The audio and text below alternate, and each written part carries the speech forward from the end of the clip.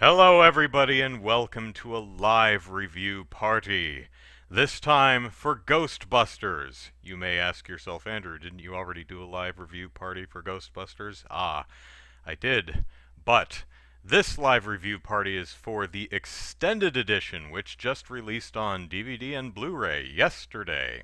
So why didn't I do this yesterday? Um, I was busy. Um, I actually got this several weeks ago. I bought the digital version off of iTunes. Uh, there is there are a couple exclusive features to the iTunes version, but mainly I bought it off of iTunes because I'm a huge Ghostbusters dork and I had to have it sooner. So that's why. So Ghostbusters, the extended edition, adds 15 more minutes to a movie that's already about 2 hours long. So, I guess the question on everyone's mind, at least the 5 people who really care, is the movie improved? Does the 15 minutes of additional footage make for a better movie? No. No, it does not. The interesting thing about this extended edition is it's not a director's cut or definitive edition or anything like that. It's exactly what it says on the tin. It's an extended edition. It's just longer. It's just, hey, here's some. Did you like Ghostbusters? Did you have fun with the movie? If you did, here's just more. A couple extra scenes, some longer scenes, some alternate takes. For example, let's see, the Aldridge Manor at the beginning of the movie, where they first encounter the ghost of Gertrude Aldridge. Um, the camera cuts to Holtzman eating Pringles, and I think the joke in the theatrical version is they're chastising her for how can you eat at a time like this, and she says, "You try saying no to these salty parabolas," which is I thought it was funny. In the extended cut, they go with an alternate version of that joke where she just says, "Once you pop." I actually prefer the version they used in the movie, in the theatrical version. If you've seen the film, you know that Ozzy Osbourne has a cameo in the theater scene where they capture the Green Demon Ghost. And after they capture the Green Demon Ghost in the theatrical version, Ozzy yells something like, um, Sharon, I'm off my meds or I'm tripping balls again or something like that. It's cute. But in the extended version, the joke is he watches the whole green demon thing get captured and he shrugs and he says, Black Sabbath did that in the 70s. Which actually I thought was a funnier joke. So it's an interesting watch. If you enjoyed Ghostbusters, you'll enjoy a lot of what you see in the extended cut. If you did not enjoy Ghostbusters, this is not going to change your mind at all. Um, it's interesting because this DVD slash Blu-ray, I'm not sure what features are. I'm assuming the Blu-ray probably has more features than the DVD does, but holy biscuits, is this thing jam-packed full of stuff. There's two audio commentaries. There's a bunch of deleted scenes. There is a section of extended takes, which is literally, I kid you not, an hour and 36 minutes long. There is a feature-length movie's worth of extended and alternate takes. Um, there's several featurettes, all kinds of good stuff. The only thing they really, I could have really liked to see in the I normally like to see marketing materials in DVDs, but the marketing was so terrible for Ghostbusters, I'm kind of okay with them leaving the crappy trailers off the home version. But I really would have liked to see some of the concept art. If you guys have ever seen the extended versions of Lord of the Rings, those huge 4 disc sets for each movie, there are art galleries out the wazoo. So many paintings and concept art and sketches and all kinds of storyboards and cool stuff. It'll take you hours to get through it all, and I love that. You can see some of this in the special features, and I really would have liked a high definition gallery of all the equipment and ghost concept art. I think that would have been really neat to see. But as it stands, it's a really nice package with a lot of really nice stuff in it. Now, I did say that the extended version doesn't really improve the movie or make it better, but it does flesh a few things out and provide a little bit of connective tissue in a few areas. For example, you may remember the scene where the Ghostbusters are eating pizza and talking about their past, and then suddenly they're like, oh, there's something on the TV, and both Abby and Aaron are wearing different clothes. Now you know why. There's a whole scene where they put on different clothes for a reason. There's a couple times where you'll see Kevin wandering around doing something, or he'll just pop up in a scene. It's a lot clearer what Kevin's been doing and where he's wandering around and going and what he's doing. None of this stuff really makes a difference to the final film, but it is kind of nice to say, oh, that's why they're wearing black turtlenecks. Oh, that's why Kevin just walked into the room rubbing his eyes. There's one of the things I had criticized the movie about is uh, Kevin's sudden decision that, come on, I was born to be a Ghostbuster. It comes out of absolute nowhere. In the extended version, or maybe it's a deleted scene, I honestly don't remember. There is a scene where he comes up to Abby and he says, hey, Abby, great news. I've decided to become a Ghostbuster. And she shoots him down, says, I don't have time to list the number of reasons explaining why that's not going to happen, and walks off. And he says, huh, I thought she'd be happier. So it's at least set up. It doesn't come out of complete nowhere. Another scene I had mentioned is when Aaron comes back at the end of the movie and pops Stay Puft with the Stay Puft balloon with a pocket knife. It's shot like there was this, like it's this big return of a character who left, and that doesn't play in the movie. But through a combination of the extended scenes and the extended version of the film and deleted scenes, you get a sense of she did actually take off at one point and leave the group and almost kind of quit being a Ghostbuster. And so that a lot of the stuff in the extended version really helps flesh that out. Um, Let me see what Jordan's saying here. Do they go into the dance pose cops in the extended version? Do you think a montage of Kevin doing dumb crap would help? They actually, if you sit through the credits, you'll see the full dance sequence. That's actually put back in the movie. So yeah, basically the cops are mobilizing against the Mercado building, and Kevin comes out and says, "All right, I want you all to dance." And it depends on your sense of humor. It's really goofy, but it's goofy in a fun way for me. I certainly don't blame them for cutting it out of the movie. I think it kind of works better as a scene by itself or in the credits or something. If that kind of one of the problems I have with the film is Kevin, when he's possessed by Rowan, doesn't actually feel like Rowan at all. Um, Rowan has a line like a mantra that he says, "Do stuff, and the world will bend to your will." Um, if there had been something set up, like he'd said, "I'm going to rule them all and make them dance. I will be their puppet master," something that could have really set up a desire to control other people better than the film does.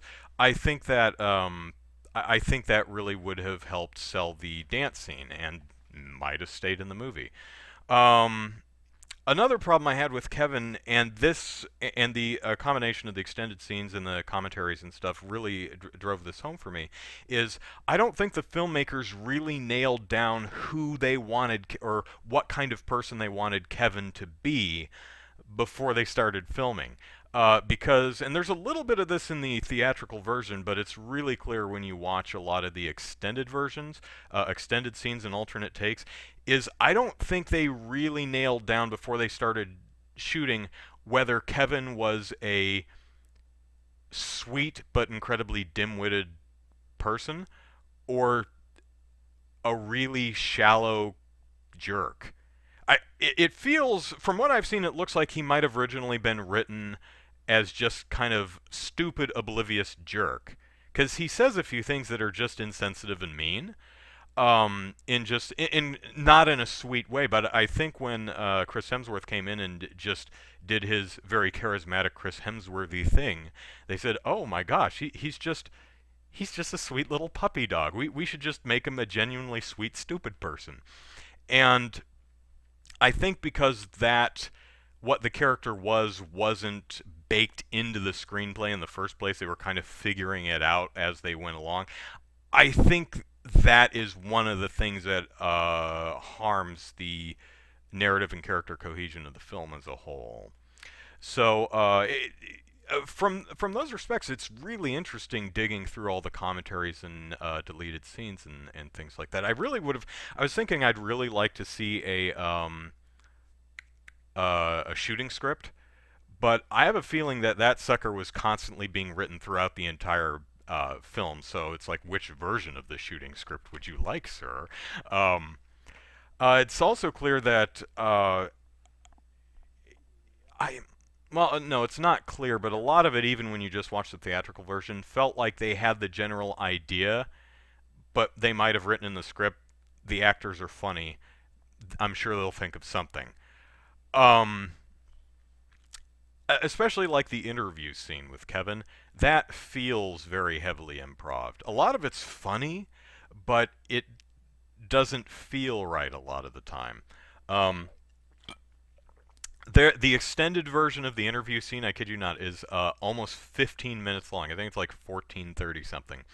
And it's actually genuinely really funny. There's some really funny stuff in this 15-minute long scene, but it actually it works better as like its own sketch, like a sketch, like just some horrible interview sketch on Saturday Night Live, more than it works as a scene in the film.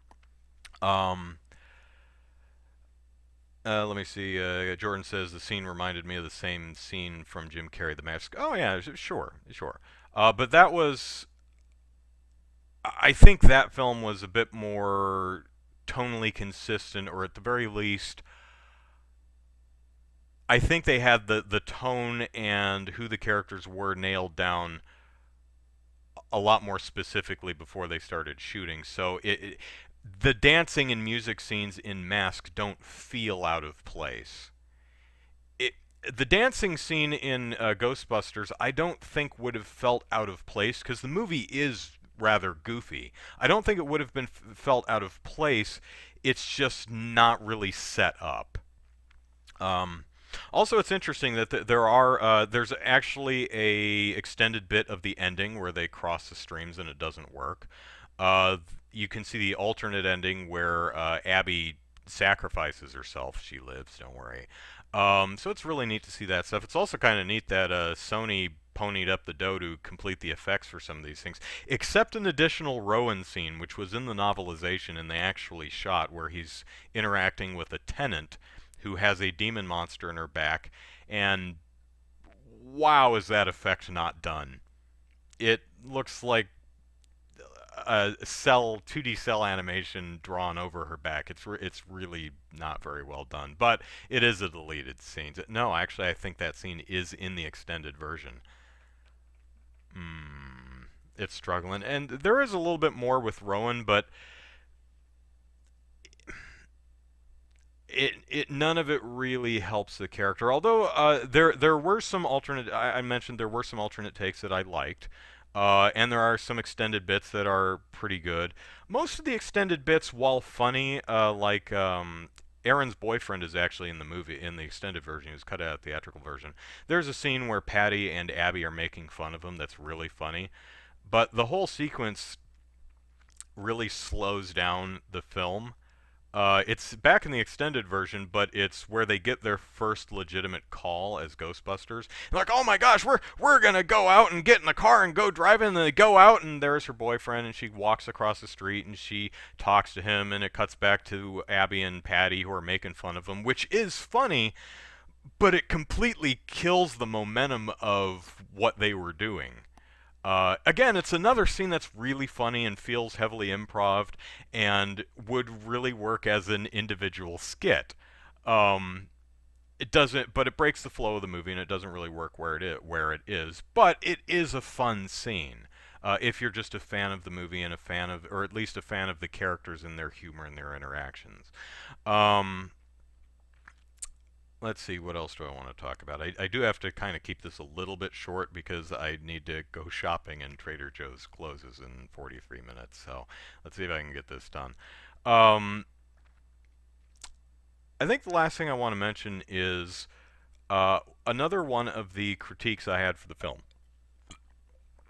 was the big fight near the end of the movie with the big stilt ghost and the fog and all that. The big action set piece near the end of the film. I was critical of this scene because, well, for a lot of reasons. Number one, the setup makes no sense. There's a whole thing where Kevin says, "Welcome to the glory days of New York," and New York kind of fades into a 30s representation of itself, which visually isn't very clear and narratively doesn't make it doesn't have anything to do with the story. It's unmotivated. It doesn't have any effect on anything. It's just like weird. Uh, I guess not a problem, but it doesn't work. The ghosts they're fighting are supposed to be, and it's a lot more clear when you see it without effects, but there's a pilgrim ghost, and a ball player ghost, and a Puritan ghost, and a 20s flapper ghost, and all kinds of different, and a gangster ghost. It doesn't read in the, it's just kind of a jumbled mess of blue. You kind of get a sense of it, but it's not as explicit and fun as it should be. Um, Aside from that, the biggest problem I had is I felt that the action set piece, the fight scene, was just really poorly put together. I mean, at least they didn't shake the camera all over the place, but there's no sense of flow, there's no sense of geography. You never have an idea of where the characters are in relation to each other or what's going on at any individual time. The characters end up in positions that don't make any sense. For example, Holtzman ends up recoiling from the green ghost, the green demon ghost that's charging her, and she's not holding on to her proton wand, and she kind of falls on her butt and starts scooting away. And you're not sure, why is she not holding her proton gun? She didn't drop it at any point that we saw. Um, so there are a lot of moments like that it's just a jumbled mess of individual little moments, many of which are very cool, many of which work. They just don't flow, they don't tie together, there's no sense of geography, and nothing that happens in the scene really informs the characters or story. Uh, which sometimes it doesn't need to, sometimes you just need a kick-ass action scene. But action scenes, of course, are elevated if what's happening in the action scene actually informs character and tells a story. That's not what happens. It's just colorful and fun. Where the hell am I going with this? Glad you asked. There are a couple exclusive features to the digital version, the one I got off of iTunes. And one of the exclusive features is a pre-visualization of that fight scene done by the stunt crew. So the stunt crew, the actors, doubles, and all of the stunt people acted out the entire thing with full editing and some limited effects. You know, someone drew in the lasers, people on wires flying all over the place, a fully filmed pre-visualization of what the fight could be. And holy crap, it's amazing! It is incredibly good. I'm overselling it a little bit, but every what I just talked about is the fight in the film has no sense of geography or flow. That is completely fixed in the pre-visualization of the whole fight scene. There is a flow. You get a very good sense of where each character is in relation to the other and what they're doing at one time. Things are explained, like why Holtzman isn't holding her wand, and why she fell on her butt. Um, there's some really great stuff in there, man. I swear, if they manage to shoot exactly that pre-visualization scene, uh, you would have had a showstopper of an action scene. One of the best action scenes of any, regardless of however you feel about the film, that would have been one of the best action scenes of any movie in 2016. It is so damn cool. I may be overselling that a bit. You might finally see it and go, okay, yeah, that's definitely better than was in the film, Andrew, but you're overselling it. So maybe lower the expectations a little bit if you do eventually see it. Um, Opa, hello. Thank you. I'm glad you enjoy my stuff. Jordan says, a good idea I thought for Ghostbusters was Ghostbusters publicly shunned due to the destruction they made hunting ghosts and are seen as vigilantes on the run from the government.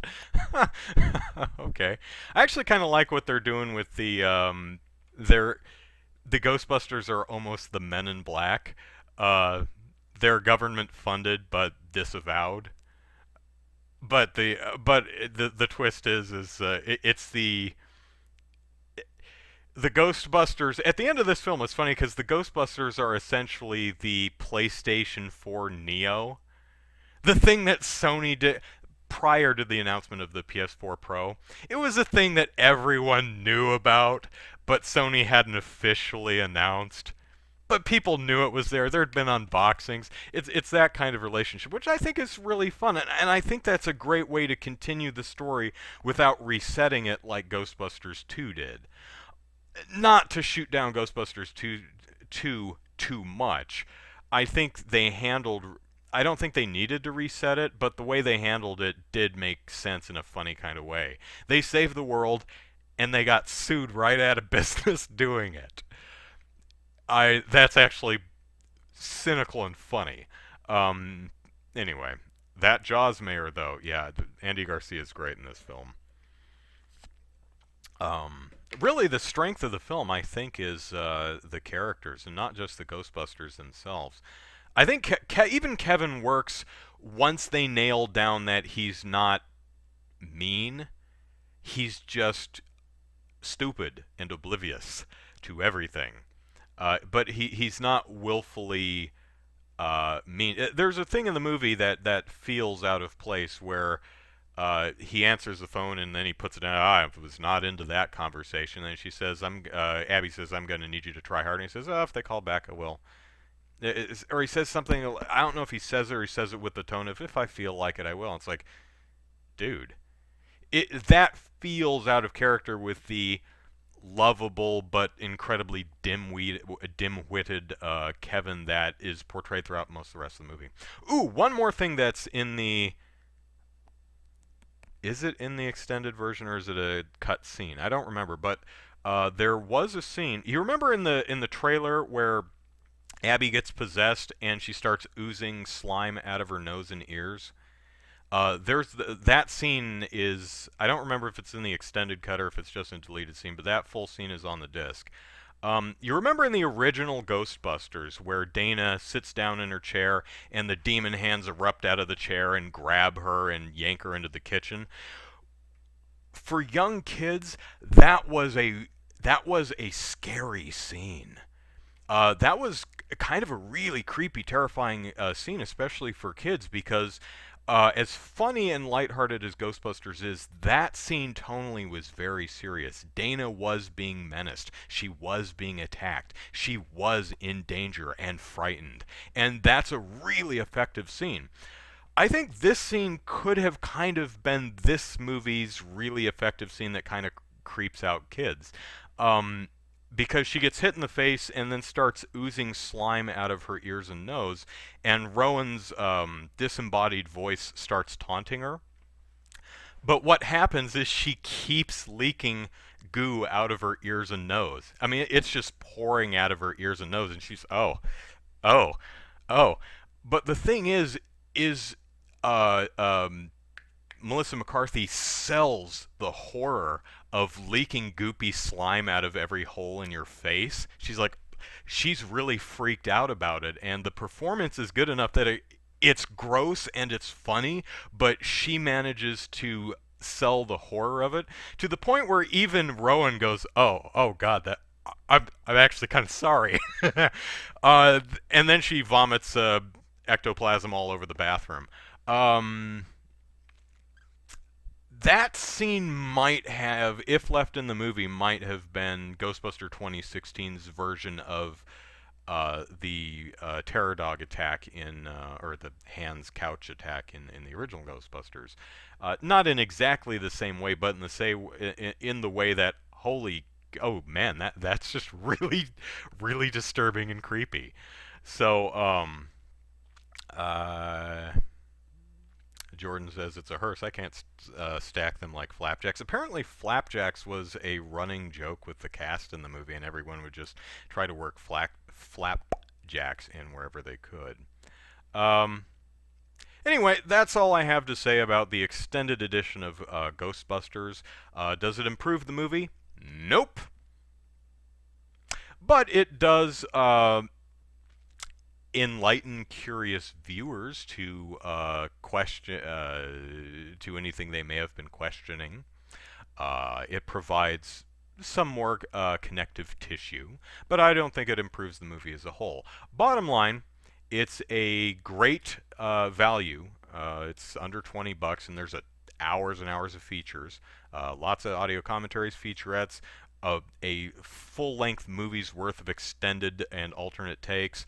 Um, and man, oh man, if you get the iTunes version, it has an exclusive feature that shows off um, the previs for the main fight, and wow, man, what could have been? It's very, very cool. So, if you enjoyed Ghostbusters 2016, I recommend picking up the digital version because there's a lot more to love. If you didn't like the 2016 version of Ghostbusters, this is not going to change your mind at all. So, there it is. Anyway, I need to run to Trader Joe's before it closes. Thank you, everyone, for hanging out with me and listening to me ramble about Ghostbusters yet again. Never tire of it. And I will see you all later. Watch my 30 Days of Netflix shows. Yes, Aliens was terrible. Predator was okay. Tomorrow is Aliens versus Predator, so we'll see how that turns out.